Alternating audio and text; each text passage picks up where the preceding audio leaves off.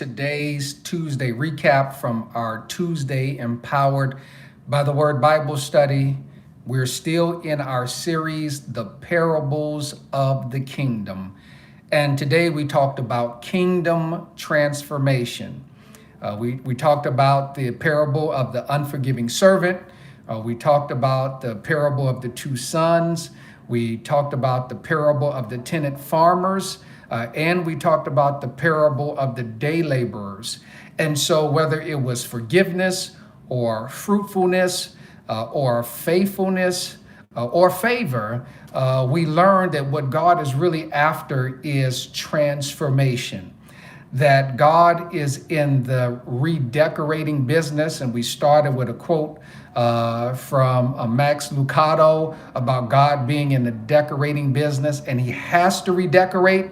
And so it's not a matter of if, but when, based upon our willingness for Christ to work in our hearts, to will and to do of his good pleasure. And so I encourage you to be up in about an hour on our social media, on our YouTube page, rather, that you'll be able to see today's Bible lesson, transformation of the kingdom, or kingdom transformation. And so I just wanted to stop by here and just encourage you to allow God to work in your heart, to allow God to work in your spirit in order to conform you into the image of Christ.